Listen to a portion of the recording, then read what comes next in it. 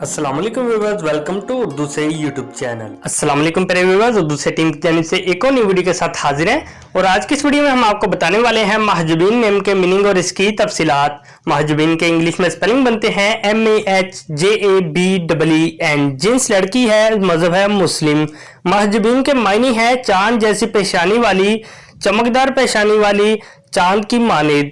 महजुबीन नाम का शुमार लड़कियों के नामों में होता है। महजुबीन नाम के अफराद के लिए खुशकिस्मत नंबर 2 माना जाता है, जबकि खुशकिस्मत दिनों में एतवार और मंगल शामिल है। खुशकिस्मत वाली धातुओं में हिंसों के हिसाब से तांबा शामिल है।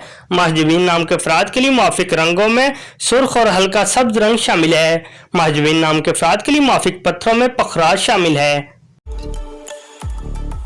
अपने नाम का मीनिंग जानने के लिए कमेंट बॉक्स में लिखिए, चैनल को सब्सक्राइब कीजिए, वीडियो को लाइक और शेयर कीजिए। Thanks for watching.